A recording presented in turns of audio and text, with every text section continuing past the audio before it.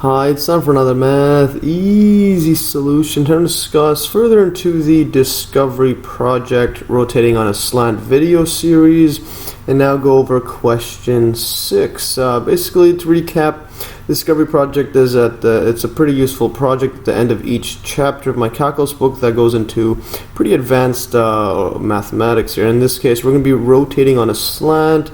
And this discovery project involves finding the area, volume, surface area when you rotate about a slanted line such as this. So when we rotate about like that, as opposed to vertical or horizontal axis, which I did in my earlier videos. So anyways, basically question 1, we found the area of this region. And then we did an example. Question 2, question 3, we did volume by rotating it. Then did an example, and then question 5, last video was finding the surface area, the general formula for the surface area when we rotate about that line. And now this example, we're going to solve an example using the last theorem that I covered. So yeah, so it's a very interesting project, so make sure to watch it.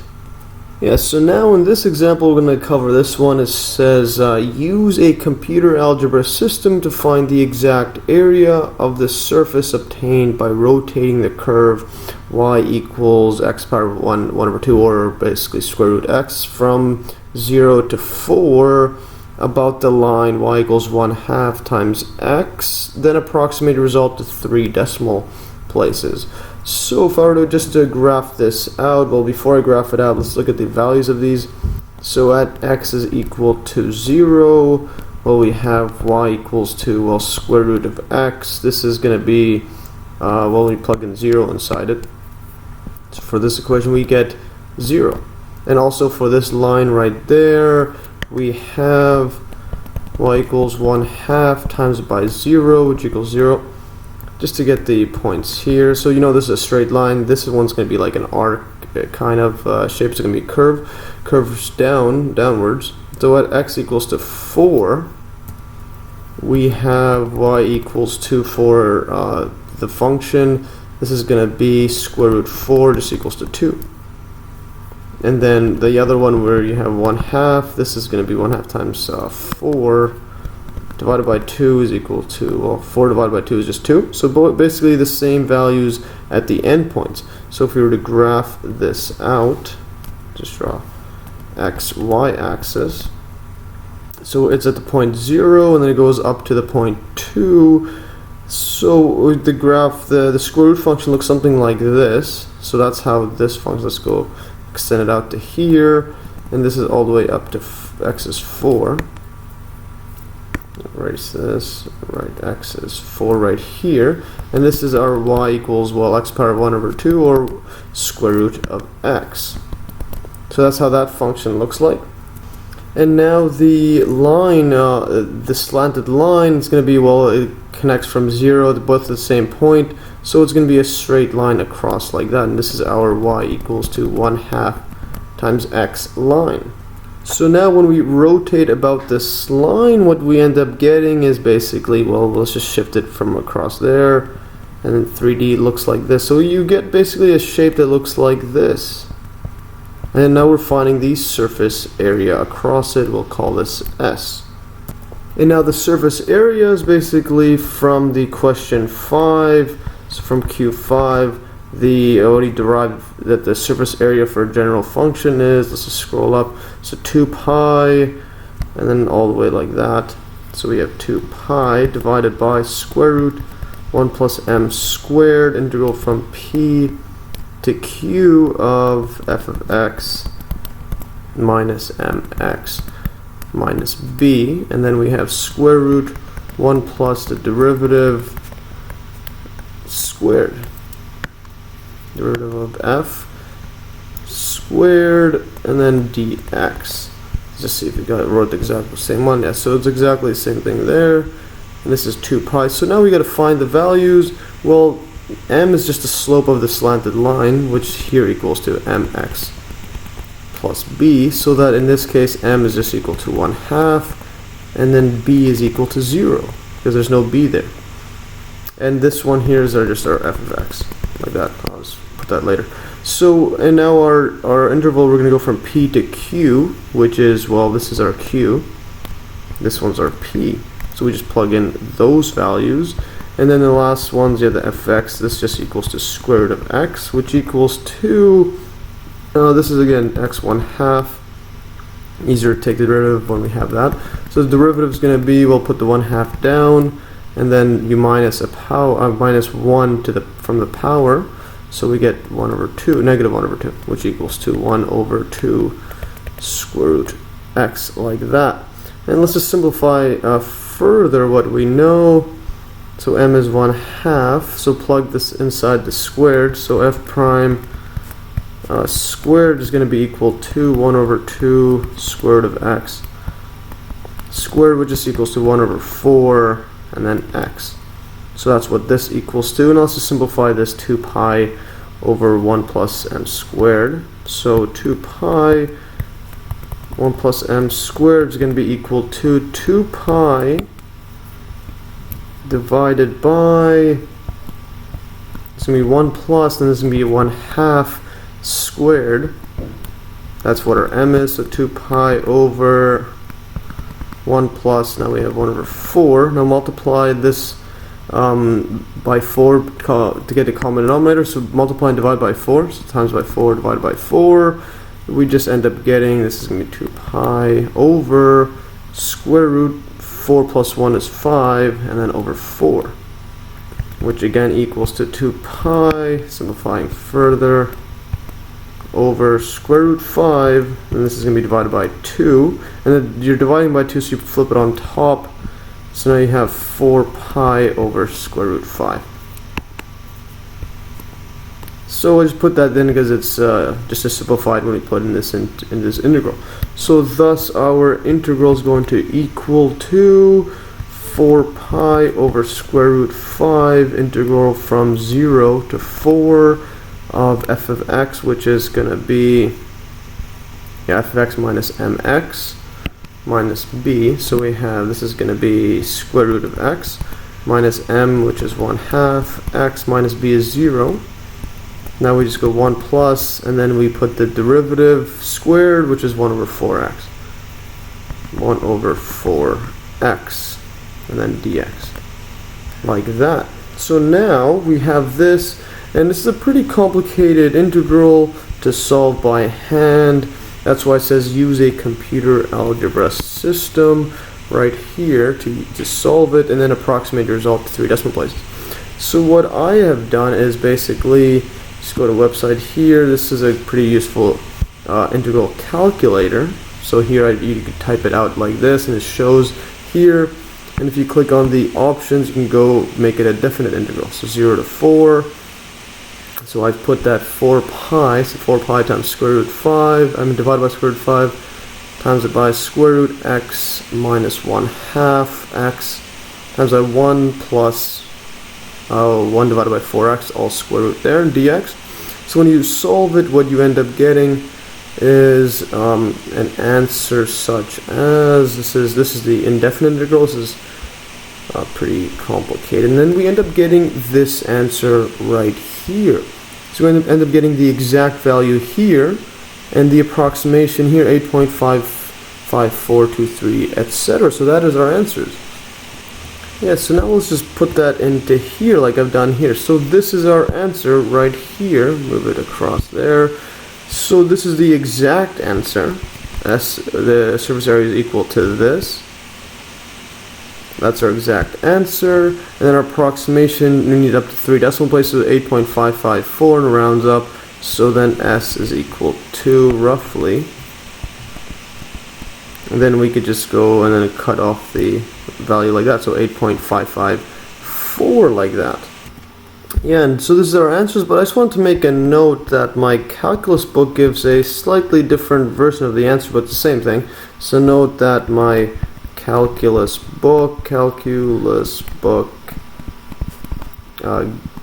gives the answer. Answer like this, and I'll just paste it here. So it gives us this answer for the surface area. I'll put S like that. So as you can see, this is the same answer, 8.554, except this this answer is here is more simplified. version of simplified than the one in that calculator. So this one they probably simplified it a bit further. This one, but I'm going to show right now that it's exact same thing as this one here. So it looks different than this, but we could just use some natural log properties to figure it all out. Yeah, so if I just copy and paste it here, I'm just going to go over some basically basic algebra and also using log properties. Then I'm going to show that you could be the exact same thing here. And it's just for completeness sake, and also it's pretty interesting manipulating this around. And okay, so let's just see how we can get this answer to be the exact same as this one here, which is more simplified.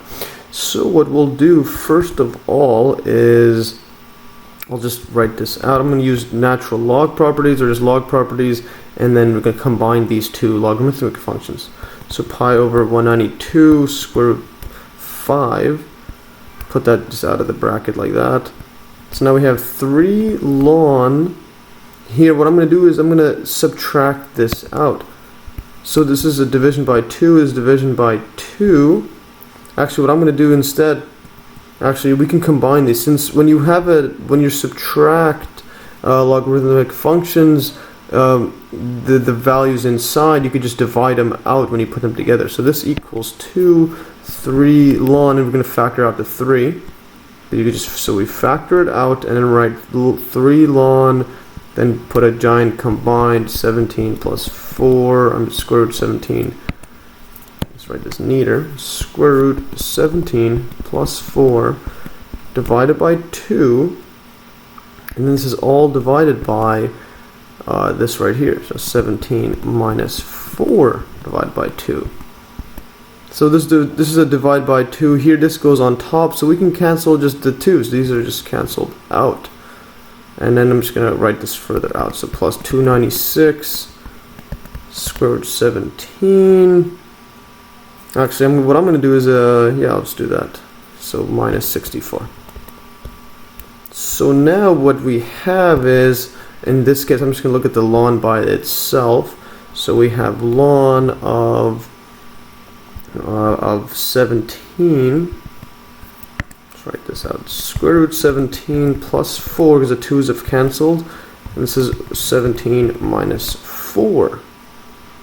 Now what we have, and again for these log properties, I put the video link below in the description to go over how I proved these, that you could do this when you could just subtract, then you could divide when you're subtracting and put it into one log function like that. So now what we're going to do here is I'm going to try to get rid of this bottom part by multiplying it by its conjugate. I think that's what it's called. Basically multiplying by 17 plus 4, and then on the top multiply by 17 plus 4, so we don't change anything. These are just we're just multiplying by 1. You just cancel, becomes 1. What I'm going to try to do is do this so that we have some cancellation here. So I just put that together. So now when we multiply the bottom, the top will just equal to, we'll just square it. This one we're gonna foil. We're gonna FOIL this out. So this times this, then this times this, etc. Do that, and yes, we do it like this, and then the 4 multiplied out to the other 4 like that. So what we end up getting is, so the top part equals to ln of 17 plus 4 all square root, like that, and then the bottom is, so square root 17 multiplied by each other, just 17. And then what we have is a minus, and so we'll have square root 17 plus times by 4. So plus square root 17, and then we have a minus 4 times square root 17 minus 17. So these cancel out, go to 0, so just cancel. So that's the idea of multiplying by these conjugates. And then minus 4 times 4 is negative 16. So notice what we just have here. 17 minus 16 is just 1. And this 2, we could use log properties. Yeah, so what we end up having is equal to, let's write this out further. This is going to be square root 17 plus 4 squared. And this is divided by 1, so we can just erase that. This is just 1. 17 minus 16 is just 1, that cancels. So now we can also put this 2 outside of it using the other log property. So it equals to 2 ln. Yeah, so this equals 2 ln, and then finally square root 17 plus 4. So now we've got rid of this entire part right here, or like this whole thing we got rid of, and we basically got rid of it and made it equal to, well, this 2 ln 17 plus 4, and then times by the 3, obviously. So what we end up getting, let's just write this even simpler. So now we have s is equal to pi over 192 square root 5, and then all brackets, so 3 times 2, which is 6 ln, so all the lns are gone now, so 2 times 3 is 6 plus 4, and now let's just write our other stuff, so plus 296 square root 17 minus 64. So minus 64 like that. Now we could just divide these all out. So we have pi over 6 square root 5, because that's how my calculus book has the answer, has a pi over square root 5 like this, and then it's no other constants outside of the brackets. So write it like that, and then we have 6 over 192, and then so 6 over 192 ln square root 17 plus 4 plus 296 divided by 192. So I just put that 192 back inside the bracket. Square root 17 minus 64 over 192. So now we just do some basic division and algebra.